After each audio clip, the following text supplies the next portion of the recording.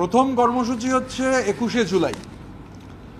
আমরা পারমিশন পেয়েছি, আমরা গান্ধী মূর্তিতে, মেয়র রোডের ওখানে, গান্ধী মূর্তির ওখানে আমরা সমাবেশ করব।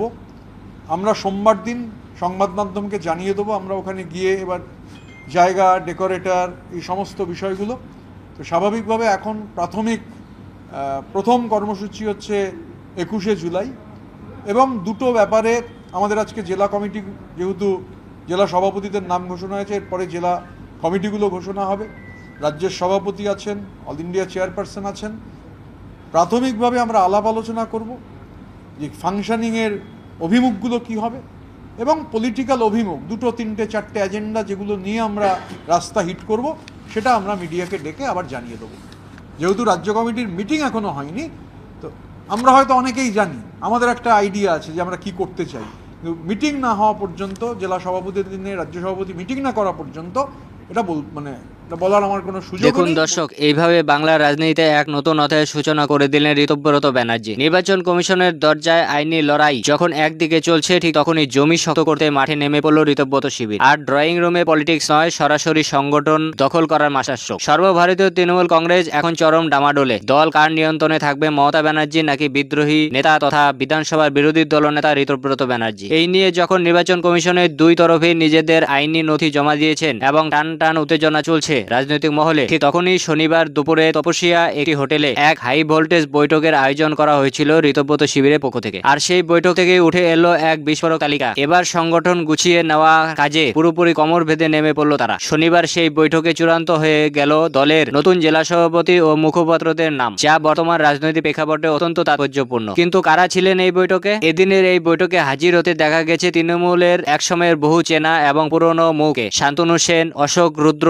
নারায়ণ গোস্বামীর মতো নেতারা একে একে তপসিয়া সভাকক্ষে প্রবেশ করেন। সবচেয়ে বেশি নজর কেড়েছে পানিহাটির প্রাক্তন বিধায়ক নির্মল ঘোষের উপস্থিতি। বিধানসভা নির্বাচনের পর থেকে রাজনৈতিক মহলে নির্মল ঘোষকে খুব একটা দেখা যাচ্ছিল না, এমনকি তিনি গা ঢাকা দিয়েছিলেন বলেও বিরোধীদের একাংশের রটেছিল। এদিন বৈঠকে যোগ দেওয়ার আগে সাংবাদিকদের মুখোমুখি হয়ে নির্মল ঘোষ অবশ্য ড্যামেজ কন্ট্রোলের চেষ্টা করেন। তিনি স্পষ্ট জানান যে মমতা ব্যানার্জির ওপর তিনি পূর্ণ আশা আছে। মমতা ব্যানার্জি তাদের হৃদয়ে আছেন, তবে টুইস্টটা অন্য জায়গায়। দলের অন্দরে অভিষেক ব্যানার্জির ভূমিকা নিয়ে প্রশ্ন করা হলে তিনি কিন্তু সম্পূর্ণ মৌনতা অবলম্বন করেন, কোনো মন্তব্য করতে চাননি, যা রাজনৈতিক বিশ্লেষকদের মতে অত্যন্ত ইঙ্গিতপূর্ণ। তবে শনিবারের এই সাংগঠনিক রদবদলের সবচেয়ে বড় চমক, যাকে এক কথায় বলা যায় পলিটিক্সের বোমশেল, তা হলো বীরভূমের কেশো ওরফে অনুব্রত মণ্ডলের অবস্থান। আমরা সবাই জানি গরু পাচার মামলায় জেলে থাকার সময় বীরভূমের জেলা সভাপতি পদ হইয়েছিলেন অনুব্রত মণ্ডল। নেত্রী মমতা ব্যানার্জি নিজে সেই জেলার রাশ হাতে রেখেছিলেন এবং অন্য কাউকে সেই পদ দেননি। তবে জেল থেকে ফেরার পর সম্প্রতি নির্বাচন ও রাজনৈতিক আবহে বীরভূমের কোর কমিটিতে থাকলেও জেলা স্তরের যোগ্য গুরুত্ব না পাওয়ায় অনুব্রত ক্ষুব্ধ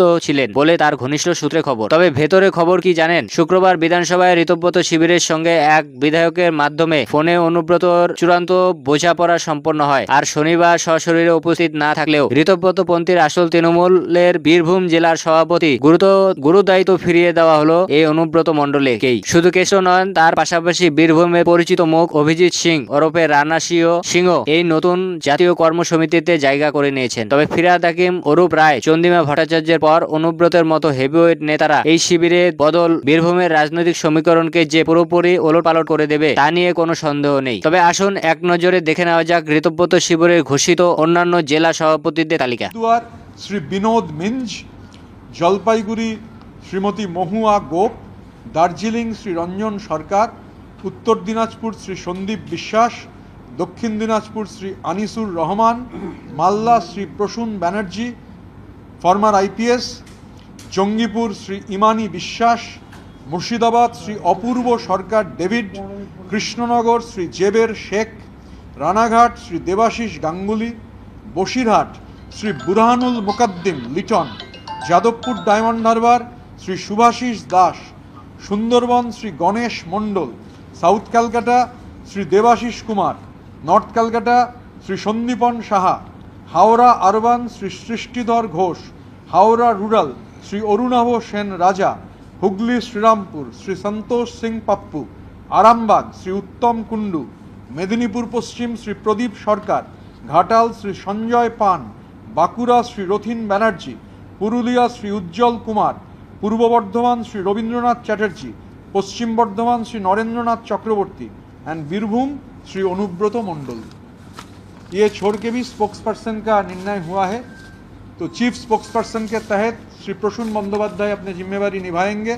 उनके साथ श्री स्नेहाशीष चक्रवर्ती, जनाब अक्रुज जमान, सुदीप राहा, कोहिनूर मजुमदार, डॉक्टर शांतनु सेन, संदीपन शाह और अपूर्व सरकार डेविड, अभी ये 8 लोग। और इसका जो कोऑर्डिनेशन है स्नेहाशीष चक्रवर्ती और संदीपान शाह करेंगे। कौन कब जाएगा, किधर जाएगा, उन लोगों से संपर्क करते हुए। तो अभी 8 लोगों का नाम तैयार हुआ है। जैसे कुछ एडिशन होगा हम आप लोगों को। এখন বড় প্রশ্ন হলো নির্বাচন কমিশনের চূড়ান্ত সিদ্ধান্তের আগে ঋতব্রত শিবিরের এই যে ঝোড়ো ব্যাটিং পাল্টা ঘাসফুল শিবিরে কিভাবে এর মোকাবেলা করবে অনুব্রত মণ্ডল। এই অবস্থান বদলে কি মমতা ব্যানার্জির জন্য বড় ধাক্কা, নাকি ড্যামেজ কন্ট্রোলে নামবেন স্বয়ং নেত্রী? নির্বাচন কমিশনের শিলমোহর পড়ার আগেই বাংলার রাজ্যে রাজনীতিতে কোন দিকে মোড় নেয় সেটাই এখন দেখার সবচেয়ে বড় বিষয়। না বসে এটা দেখুন, রাগ ঢাক গুড়গুড়ের তো ব্যাপার নেই, যা গ্রাউন্ড রিয়ালিটি। দেখুন কুচবিহারের এখানে নাম নেই, 2-3টে মেজর জেলারই আছে, কিন্তু কুচবিহার নেই, পূর্ব মেদিনীপুর নেই। গ্রাউন্ড রিয়ালিটি হচ্ছে, বা উত্তর 24 পরগনায় আপনি কারেক্টলি পয়েন্ট আউট করেছেন যে শুধু বসিরহাট রয়েছে, বারাসাত আমরা ঘোষণা করব, কিন্তু বাকি দুটো জায়গায় বাস্তব পরিস্থিতি হচ্ছে এই মুহূর্তে পরিস্থিতি নেই।